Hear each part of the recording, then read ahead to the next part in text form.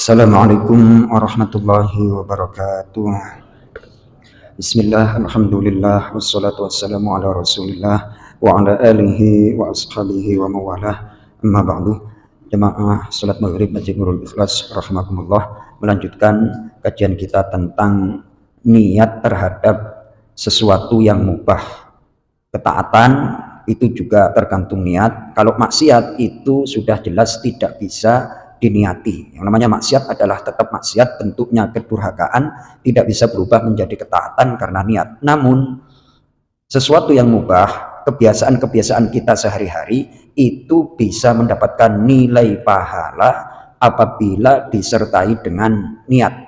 Kemarin diberi penjelasan oleh Imam Ghazali bahwa aktivitas manusia seperti makan, minum, tidur, kemudian masuk ke toilet, itu adalah akan bernilai pahala apabila niatnya itu adalah dikaitkan dengan urusan akhirat atau niat karena Allah. Bagaimana mungkin masuk ke WC itu niat karena Allah? Niatnya adalah untuk menghilangkan penyakit.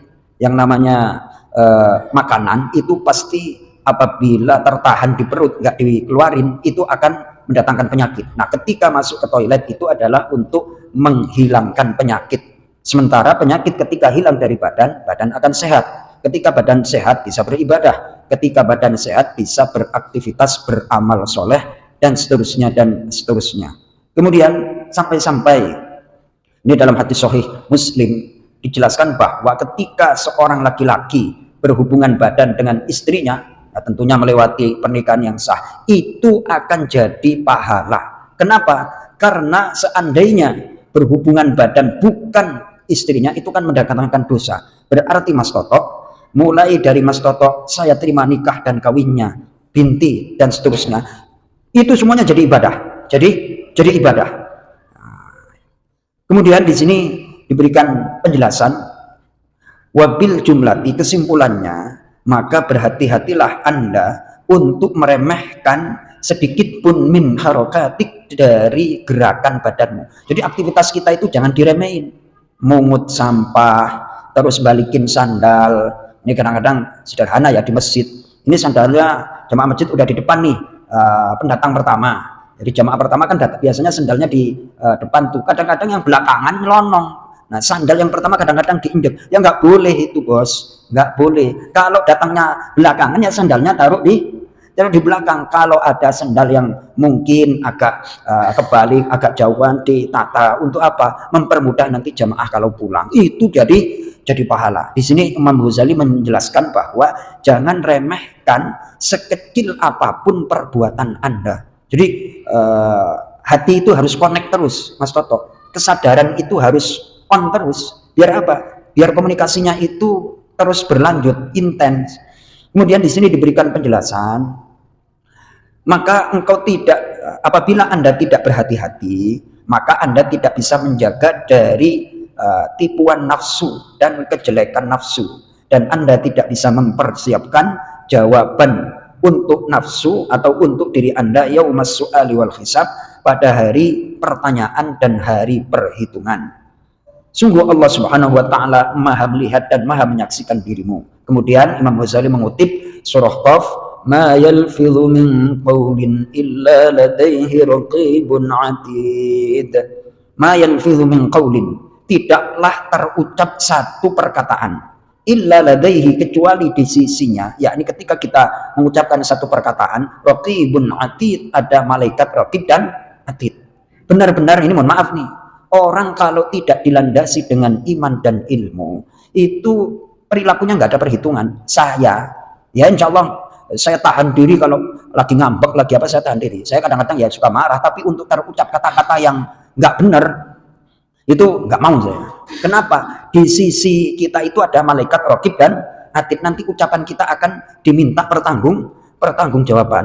Mau ngambek, astagfirullahaladzim, la haula wala quwata illa billahil aliyil azim. Ya mendidik sih di sini kalau lagi pas ngambek ngadepin anak-anak yang macam-macam itu, masya Allah, anak-anak itu bisa mendidik, tapi itu latihannya harus bertahun-tahun, Mas Toto. Kemudian di sini dijelaskan kisah. Waqad qala Al-Hasan, berkata Imam Al-Hasan Basri, sungguh seorang lelaki akan bergelantungan akan narik birrajuli yaumal qiyamah, terhadap seseorang pada hari kiamat. Dia berkata, baini wa bainakallah, di antara diriku dan dirimu ada Allah. Kemudian fayaqulu wallahi ma a'rifuka. Jadi yang digelantungin itu, yang ditarik itu, dia berkata, demi Allah aku tidak mengenalmu. Ya, memang engkau tidak mengenaliku, tetapi anta akhadta labanatan min hauti, sungguh engkau telah ngambil satu batu bata dari pagar rumahku, dan engkau mengambil satu benang dari bajuku. Hal yang seperti ini, kata Imam Ghazali, dan yang semisalnya adalah termasuk kabar-kabar yang harusnya memutus hati orang yang takut. Jadi ketika cerita-cerita seperti ini ditanamkan dalam hati, jangankan korupsi, satu batu bata aja nggak berani.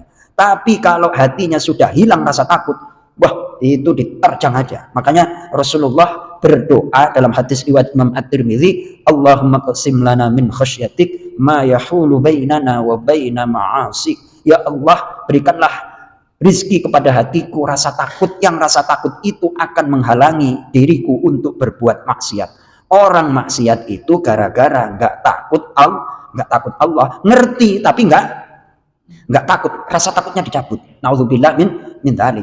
Kita, otak kita ya sama lah, otak manusia normal itu kadang-kadang ya mikir nggak benar, tapi kan kalau hatinya ada rasa takut, itu akan menghalangi pikiran-pikiran jahat kita. Jangan, nggak boleh, ini godaan nafsu, nggak, ini hak orang lain, jangan diambil, dan seterusnya. Resikonya nanti berat di yaumil qiyamah. Kembali kepada niat, dari kesimpulan Imam Ghazali, jangan remehkan gerakan tubuh kita atau aktivitas kita sekecil apapun. Bapak Yul, nanti kalau pulang senyum sama nyonya, itu diniati untuk nyenengin istri tercinta, ya kan? Ada cucu, ada apa, alhamdulillah dan segala macam, ya kan? Tebar pesona, apa Mas Toto? Tebar pesona di rumah. Ini bapak-bapak dari masjid harus yakin bahwa berkah yang melimpah dari Allah dari masjid. Niat pulang ke rumah, wah, bawa berkah dari masjid. Pak Pri, aku akan salam untuk istri tercintaku dan keluarga. Assalamualaikum, senyum. Masak apa malam ini? Oh, masak enak. Undang Ustadz Joko. Assalamualaikum warahmatullahi wabarakatuh.